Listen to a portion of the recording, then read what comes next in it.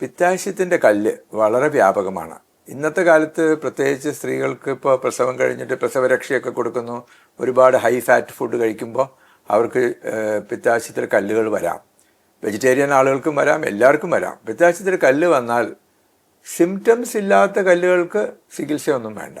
Symptoms ഉള്ള കല്ലുകൾക്ക് വേദനയോ അസഹ്യമായ വേദന, എനിക്ക് നല്ല വേദന ഉണ്ടായിരുന്നു 15 വർഷം മുമ്പ്. എനിക്ക് അതിൻ്റെ ഗോൾ ബ്ലാഡർ കളയേണ്ടി വന്നു.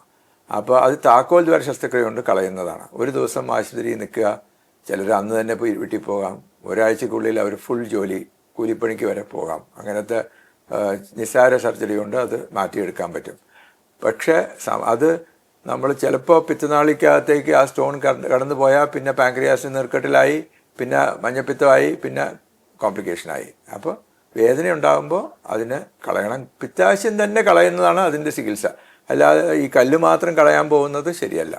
പിത്താശയം കളഞ്ഞതുകൊണ്ട് ഒരു കുഴപ്പമില്ല. എൻ്റെ പിത്താശയം 16 വർഷം മുമ്പ് നീക്കം ചെയ്തതാണ്. അതുകൊണ്ട് എനിക്ക് ഒരു മാറ്റവും വന്നിട്ടില്ല.